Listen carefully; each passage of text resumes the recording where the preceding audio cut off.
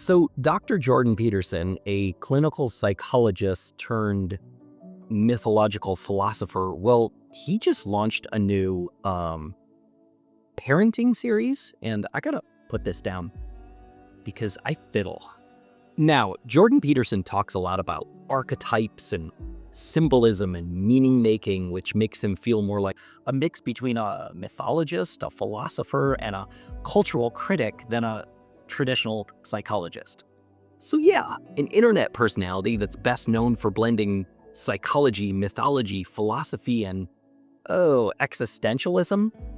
He wants to give us parenting advice? Well, to put it bluntly, I don't trust Dr. Jordan Peterson's parenting advice, and I don't think you should either. And I'll tell you exactly why in a sec, but pause. Before we go any further, let me be super clear. Now, I'm not here to bash the man. This isn't a takedown. Jordan Peterson is brilliant. He's articulate.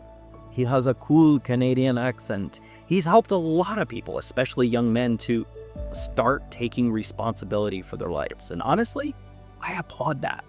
So while I do respect his intellect, I've got some serious concerns about him dishing out parenting advice. Not because I want to stir up drama, and not because I'm jealous that he has a huge following, maybe a little, but because as a Christian dad of 10, 10 kids, I do see some big gaps in his approach that I think every parent needs to consider.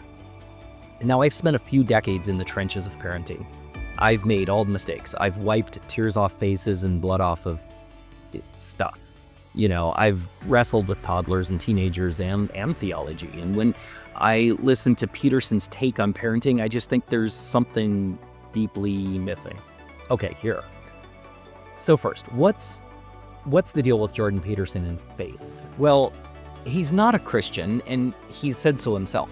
He said he doesn't quite believe in God in the traditional sense. He said he acts as if God exists, and he finds value in the Bible, mainly as mythology, as symbolism, as psychological truth. Now, to be fair, that's more than a lot of liberal thinkers offer. He respects religion, but he doesn't submit to it. And that makes all the difference when it comes to parenting. Now, like I said, I don't disagree with everything he says. In fact, there are a few things he talks about that I actually do appreciate. He emphasizes discipline, structure, responsibility, the importance of being a strong, engaged father. Right on. These things matter. A lot of dads need to hear that, and that's okay. It's good even to set boundaries, to want respect as a dad, to lead with authority. But the problem is, that's where he stops. Structure without spirit is just scaffolding with no building. So let's talk about where his parenting philosophy falls short, especially from a Christian perspective. First, a lack of eternal perspective. Jordan Peterson is all about helping kids become competent adults, functional, orderly, capable. There's a lot of atheists who raise their kids that way. Great. But as Christian parents, we're not just raising adults, we're raising eternal souls. Your son isn't just a future accountant. Your daughter isn't just a future CEO. They are image bearers of God. Our job isn't just to raise good citizens, it's to raise disciples, soldiers of Christ. That eternal perspective changes everything. And number two, an overemphasis on order without grace. Jordan Peterson loves rules, order, hierarchy, and yes, kids need structure. I talk about that a lot. I have a book called Raising Analog Kids in a Digital World. Check it out below. I'll put the link. So yeah, structure is great, but what about grace? What about forgiveness, redemption? Our homes shouldn't feel like military academies. They should feel like little churches where truth and love live in the same room. Okay, number three. No foundation for moral authority. All right, if your moral compass comes only from psychology or pragmatism, it's only going to work until culture changes or until the research says something new. So pragmatism, I'm talking about like social norms here. And like I said, many atheists will raise their kids to follow rules and social norms because it's the rule or the norm for now. But it shifts, okay? In politics, they call it the Overton window. What was once unacceptable by most people eventually becomes acceptable by most people. Think of a lot of things you can imagine, right? It's a shifting window of moral acceptability.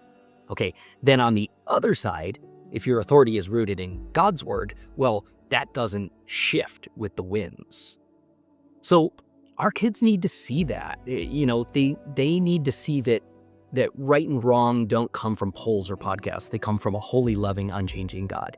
Okay, number 4, last one, and thanks for sticking with me here. I know you're learning a lot, aren't you? Are you learning a lot? I hope so. Okay, it's not seeing fatherhood as a spiritual calling. Jordan Peterson talks about fatherhood like it's a noble duty. Noble duty. He gets theoretical into the ideas of it, but Christian dads, well, we know it's more than that. It's a calling. It's not a duty, it's a calling, a vocation, a form of worship. When I show up for my kids, I'm not just doing my job, I'm obeying God. I'm living out the gospel in real time, right?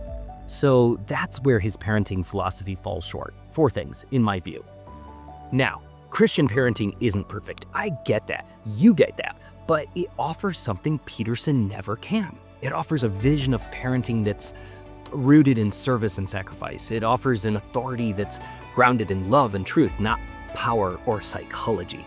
It offers a God-centered view of identity, purpose, and worth, and a beautiful reminder that, like, no matter how much we fail as parents, our kids are loved by a Father greater than us. So, hey, quick side note here. I wanted to tell you this too, because I think it's kind of cool and it relates. So there's data, depending on how you say that word, showing that scientists who are Christian actually have a higher rate of discovery and breakthroughs than their atheist counterparts. Okay, why is that? It's because they believe there's more. Christians believe there's more, and like more to explore. There's more beyond what we can see and touch. And that's called, obviously, faith.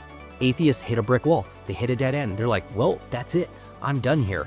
And Christians can see past that. They can see the vision of what doesn't exist, so they can keep going when others quit. Pretty cool. And I think the same is true in parenting. If you believe there's more than behavior charts, more than brain science, more than best practices in psychology, well, then you parent with hope, with patience, with eternity in mind. So let me leave you with this. Are you parenting for obedience and order, or for eternity? Are you trying to manage behavior, or are you shepherding hearts? And listen, I'm learning and growing too, but I believe deep in my bones that when we parent with God at the center, everything changes. Okay, if that's something you want more of, then stick around. Let's dig into work-life balance and parenting together. Let's ask hard questions, let's laugh at the chaos, and let's raise kids who don't just behave but belong to the kingdom. Hey, I'm glad you made it this far, and I'm glad you're here today. Whether you're listening while driving home from work or, I don't know, hiding in the garage for a few minutes of silence, hey, no judgment there. I'm just grateful we get to spend this time together. So really, I love you all. Thanks for spending this time with me. Give your kids a huge hug today, even that teenager who rolls their eyes at you, especially though. So keep parenting with purpose, and see you next time.